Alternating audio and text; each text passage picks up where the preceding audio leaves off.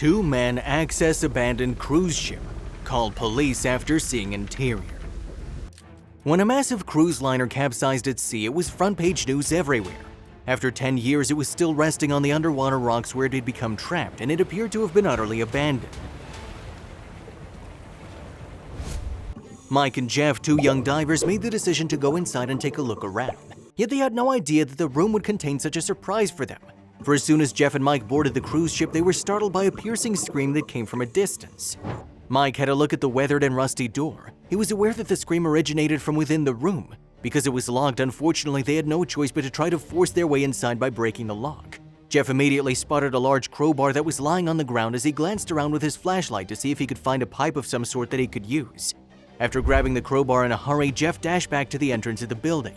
He knew he just had a single opportunity to get this lock open, so he leaned back and banged the crowbar down into the lock as hard as he could.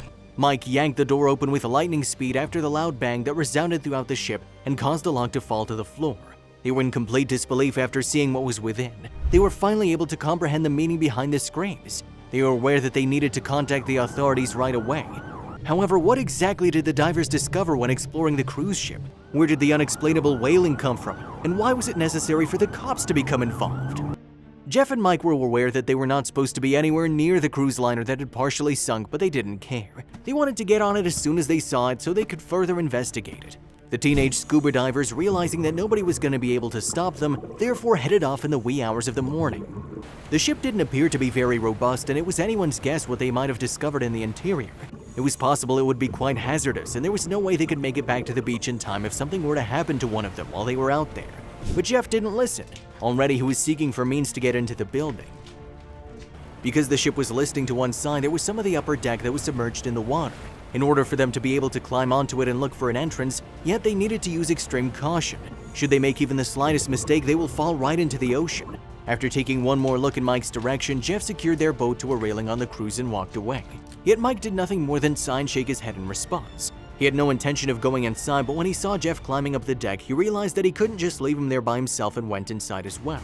After that, he drew a big breath and proceeded in pursuit of Jeff.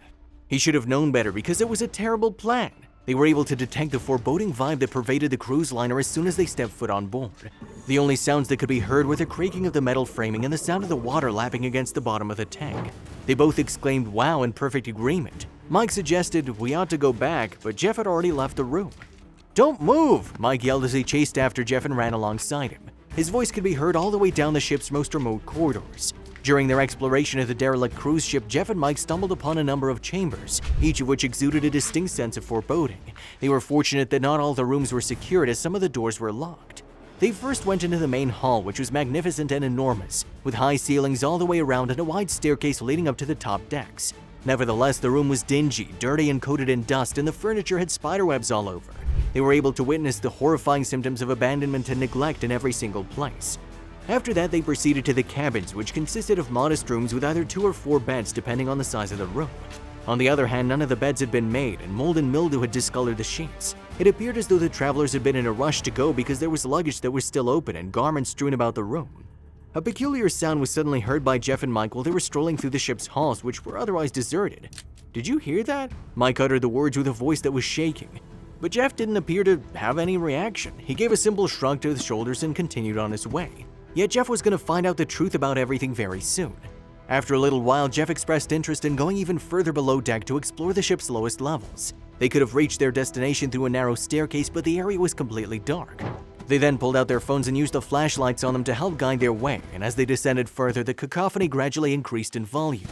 Both Jeff and Mike were completely freaked out by the sound, which resembled a muffled scream but was much quieter.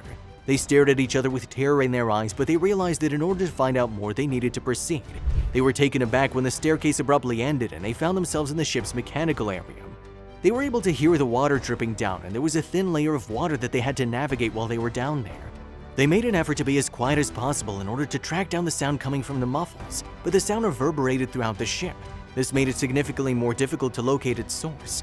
As they proceeded further and further within the ship, Mike's level of worry continued to rise. He was aware that even if something bad had happened to them, they would never be able to find their way back. When he looked over the damp and rusted walls of the ship, various nightmare scenarios raced through his head. What exactly had he gotten himself into by doing that? They had to walk for a little while before they finally arrived at their destination. They were aware that there was no way for them to be at the bottom of the ship. Therefore, they were perplexed as to why there was a dead end. After that, Mike became aware of something. In the middle of the wall was a small handle that could be used to open the door. "There," he indicated, "I see a door." Jeff took hold of the door's handle and tried to open it as forcefully as he could, but the door was jammed. He pressed his ear to the door and listened attentively in that position. He said, "There's no question the sound's coming from here." Mike pressed his ear to the door while he stood next to him and said the same thing. "I can hear it, but I'm not sure how we're gonna get in." They were startled when all of a sudden they heard something that nearly caused their hearts to stop beating. They could hear muffled noises of men arguing with one another as they approached the ship in a boat, and the boat was getting closer. It sounded like they were also getting onto the cruise ship. Mike said, "Shit," before continuing, "I knew this was a bad idea." They were aware that they needed to move quickly. They hastened their way back to the stairway, but just as they were about to start climbing the stairs, they heard thundering footsteps approaching down the staircase. They swiftly whirled around, whipped out their flashlights, and ducked under the stairway to avoid being seen. When the men got closer and closer, they stifled their breathing in anticipation. The ship resounded with the thunderous sound of the heavy footfall as they descended the metal stairway. They stood there and watched as 3 men descended the stairs and made their way directly to the door that was locked. Mike was able to get a look at what was going on inside when the men opened the door. At that moment, the muffled cry became much louder. "Damn," he said under his breath, "we have to get out of here as soon as possible." Jeff gave him a worrisome look as he glanced at him with a concerned expression on his face. "What did you see, Mike? Who is there exactly in that room?" But Mike didn't say anything. "The scream sounded like it was made by a woman. We have to help her." Mike let out a sigh as he realized that Jeff had been right, but things have taken a turn for the worse just now. Mike and Jeff were outnumbered by them, and not only that, but those men were far larger and stronger than either of Jeff or Mike. Mike also observed that one of them was carrying a gun, which made an already difficult situation considerably more difficult. They made the decision to call the police, but they were aware that it might take some time before the officers came. Hence, Mike collected up all of his bravery and agreed with Jeff that they should peek behind the closed door to see what the men were doing.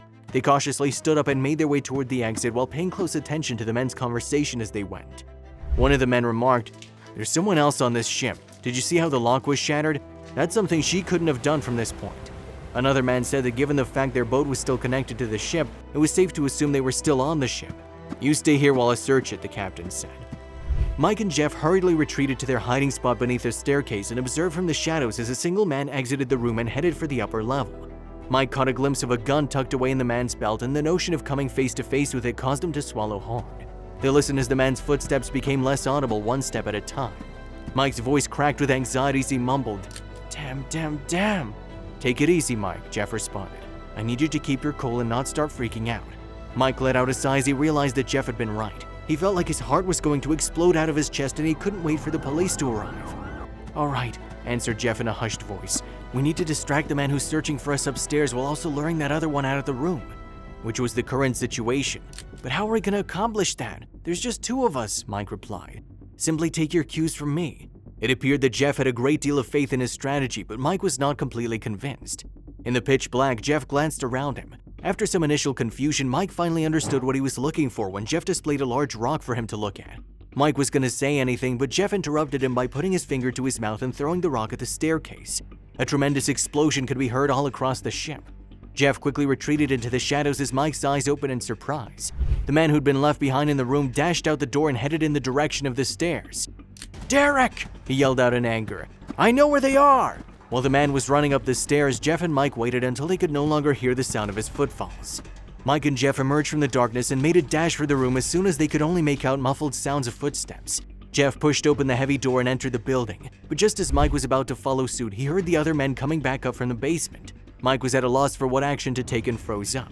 In the end, he was able to conceal himself behind something just in time for the soldiers to come back. One of the men said to the other, "I really thought I had them, Derek." The response Derek provided was, "I told you to stay inside the room with her, you idiot. I'm locking you inside with her, and I will come back for you once I've found them." Mike's first thought was, I hope Jeff was able to hide. Derek reached into his pocket and pulled out a fresh log before locking the door behind him and his partner. After that, he returned to the upper floor and attached the keys to the clip on his belt. Mike had been waiting for a while, perplexed as to what action he should take next, when all of a sudden a huge noise emanated from within the chamber. It sounded as though someone was changing the furniture in the room, but why would they do that? Mike had no idea what was going on until all of a sudden he did. They were fighting!